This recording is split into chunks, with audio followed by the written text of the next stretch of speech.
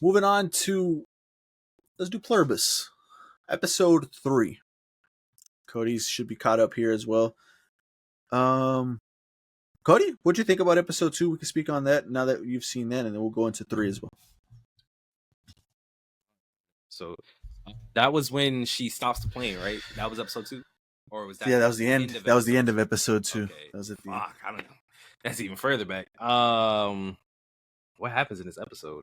She wants to talk to all the survivors. She wants to talk to, or not survivors. Well, yeah, survivors. I remember. Yeah. Okay.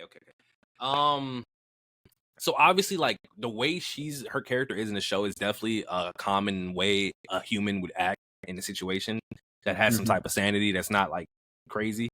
But it's kind of insane because, like, we find out this is when, like, everybody else is basically okay with it to some extent. Like, nobody has a true issue with it. They're just living their life. We got the lady that literally still sees her family as her family, which is crazy.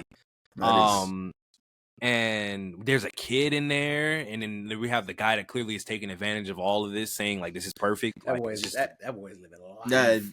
Yeah, he's living. Hell yeah, he had Air Force One pull up. And but it's crazy because we get the reveal that when she lashed out, she insane. Yeah, that was crazy. Millions. Insane. And we didn't know that. We didn't know that at the time. It was she didn't want to say a number. She's like, and I was thinking thousands, tens of thousands maybe. But later on, you find out in the episode from one of the other people that's not affected by this. Drop was you so killed crazy millions. to me because when she's talking to her on the 101 in her house, like you said, she made it seem like it was nothing. And then the lady reveals, like, no, when you decided to lash out, you killed. Oh my god, like, bro, that shit that had me. I was like, whoa, yeah, this is big. But obviously, like, at the end of the day, it's truly not her fault because, like the old man said, like, she didn't know what she was doing. It was how could you have known? How could you have known? Yeah. So it's crazy because we still don't understand fully what's going on in terms of like how this is gonna play out. Because at the end of the day, they also still said they're working on fixing them. So we don't know what's happening. But yeah, she gets drunk. She does it again. The first time is excused. We had no idea that was gonna happen. You do it a second time? You do it a second time. Damn. Oh my god, man. I just Twice is nuts. Twice. Yeah, that's crazy. That's crazy.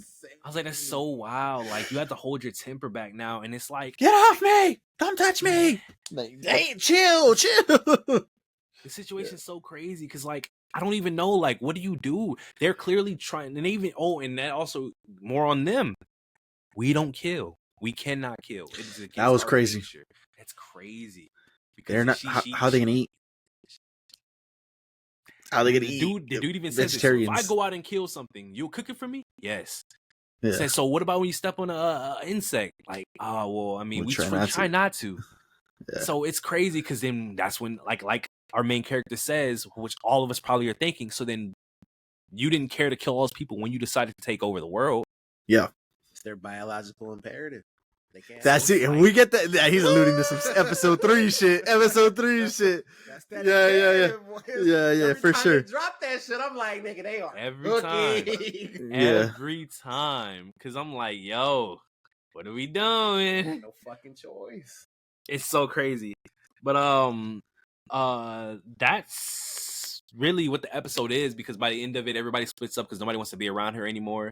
And it's the only person that's left is a guy that's enjoying everything. He wants to take her. I forgot the name they used for her, but I guess concierge, I think is what he said. It was something, and then something like but that. She needed both of their approval because she didn't want to upset anybody. And yeah, she gives them the approval, and they're about to take off on the flight. And damn, she looked back at her in that window. Stop! And then that's when the episode ends. I liked it. I am on board, way more on board for sure with the show after seeing episode 2. Episode 2 was great. Episode 2 was you get more of what the hell's happening in the world, right? And what the hell's going on. And this is where, and I forgot to say this when I said that I don't think this is going to be like a foundation, a silo or a fucking from for us. And I also meant to say that's not going to be like that type of mystery. And I don't think necessarily it's going to be like that anyways, because they already gave us everything, right? They already did all this type of shit. Like, but I think this is going to be more narrative driven than, and that might be kind of crazy, or a different narrative driven style than It's Silo, for sure. because Silo's narrative driven, but not like this. It's a different type of thing. I think it's going to be more character based and people developing. After episode 2, I thought that's what was going to happen. I was like, oh shit, is she going to try to find a way, or is there going to be some sort of way where she gets through one of them, and that kind of breaks the fucking connection, That's and what they're I'm trying to develop curious. and be their own person, right? Because she says, Yeah. can you make your own decisions yourself? Can you make? And Yeah. she said no. Obviously they have to go through one hive. But that's where I thought this show was going to go, and it still can. But I thought this was going to separate it from the other two. That's what I thought. To be honest, and you're 100% right. That's, in my opinion, that's Vince's like storytelling style. Like, it's kind of that same way in Breaking Bad and in Better Call Saul. Like, he gives you what the fuck is going on. This is where we're at. This is the situation that our characters are in. And it's just the way that he elevates the story through certain situations as that plot is thickening, as you keep going on the story. Shit just keeps elevating. And it's shit that you don't really see coming, or he's going to throw a piece in there that, oh, damn, I didn't even know that I needed that piece to fit into this puzzle. And it's just, the more you keep going, the more it's just going to elevate. And,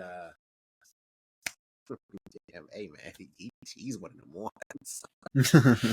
Oh, man. Episode 3, Cody watched that one too before the pod, right? Episode 2 ended with her going to the plane and like being like, no, I want you to be with me. Maybe on some friendship level type shit. Episode 3 pissed me off, and for most of it, because that's the way episode 2 ended. Now I get to a certain extent, you're still gonna feel some type of way, fine, but the way she drove that home, as if you didn't just take her off this plane and take her back home with you to kind of still be friends with you or serve you, right? And then throughout the entire episode 3 have that attitude of like, get the fuck away from me, just leave me alone, I don't want nothing to do with you. Then why not just let her get on the plane and leave anyway? So what happened in that little gap? And we got to see what happened. Nothing happened in that gap, so that just pissed me off through most of the episode until that ending of the episode with the grenade and shit. You're right, for sure. The only forgiving thing I can really say is just the human nature of not wanting to be alone. So, like, she feels like she's more alone if she's away from the only person that she's really talked to seriously. Because she's probably, and again, I'm just reaching. She's probably seeing her as technically, even though she knows they're all one consciousness, she's seeing this person as the only person that she's really talked to and made a connection with. So I guess she doesn't feel as alone knowing she's closer to her. That's the only thing I could really possibly say to defend it, but you're right.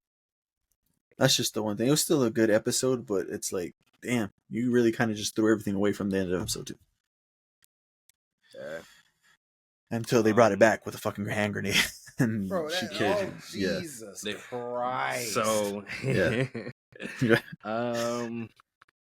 That was after the market, right? Yeah, I think that was that. Yeah, that was because that was the last thing that really happened was Sprout shit. She wants to go. That fucking Sprout shit. She's like, put it all back. All right, bro. Immediately out. She's like out of the bushes, out of the trees. People just. She said, "So when should I come back?" And expected. Oh, we're already on our way. I'll be back like Friday. I'll be back Friday. Is that our? Yeah, no, we're like, pulled up with like pulling 6 trucks and neighbors, I guess, from across the neighborhood. Just pulling up and then putting that shit back. I said, all that food's gonna go bad now. You did that shit. But that's the thing. Like, it's just she wants a sense of normalcy. They seriously will do anything for. That's what I feel like this whole episode was displaying what they will do for you. It's kind of crazy. They really brought the store back. They turned the lights off. She got scared. Oh, you want me to turn it back on? No, like. Well, they were looking for. They didn't know at the time which one was her cul-de-sac or her little neighborhood, so they needed to find out which one it was. And they were like, okay, we found it. You're good. Which, as soon as the lights turned off, I knew right away what they're doing. They're saving energy. Yeah, it doesn't make any sense to have all the lights. They're being more efficient for the entire world. And that fucking writing, boy, because they're always trying to do that. Whether it's like the lights you're talking about or the grocery store, they're always trying to do it. But if you tell them some shit, they're gonna fucking do it, even if it's against what they think is the better option. I loved that part too, because the hand grenade she fucking makes a comment about the hand grenade. Just give me a hand grenade and everything will be good. That's the last thing that I need. Yeah. She shows up with a fucking hand grenade. I thought you were being sarcastic, but just in case you weren't being sarcastic. Just in case. Here's a hand grenade. They have a drink. They have their little connection again and to kind of talk it out. And she gets pissed off and pulls the fucking pin on the hand grenade. No, hey, be careful with that, please. You think you're really going to give me a real hand grenade? And she fucking... Oh fuck! That shit flew off, and she's like, "If I can, if we may, yeah." Chucks that shit, bro. That was so chucks crazy, that shit, bro. That was insane, and she hurt. She got fucking hurt, man. Yeah, and she felt bad because she felt bad. Yeah, exactly. Yeah, that's her homegirl. That's her homegirl. Whether she wants to believe it or not, or come to terms with it or not, that's her homegirl. So that was cool to see. But what I liked about this is when the DHL dude shows up, right? And we saw this in the trailer, so that was pretty funny to see it here. And she was like, "So you're just gonna give me a live hand grenade?" So yeah, we'll do anything to make you happy, anything you want. We're gonna go ahead and do that for you. So if I ask for an RPG or a bazooka with the missile, you'll give it to me. Yeah, a tank. Yeah, you'll give it to me. What about a nuke? Would you give me an atom bomb? I think it's what. Would you give me an atom bomb? And that's where I was like, oh fuck, this is where I'm thinking, are they gonna pull away from their hive mind at some point? Are they gonna do some type of shit, or I have no idea. He's like, well, I would advise against that, and I would tell you the pros and cons. And then she was like, no, yes or no, are you gonna give me an atom bomb? Well, if that's what you want, yeah, well yeah, I'll give you an atom bomb. Do you want an atom bomb?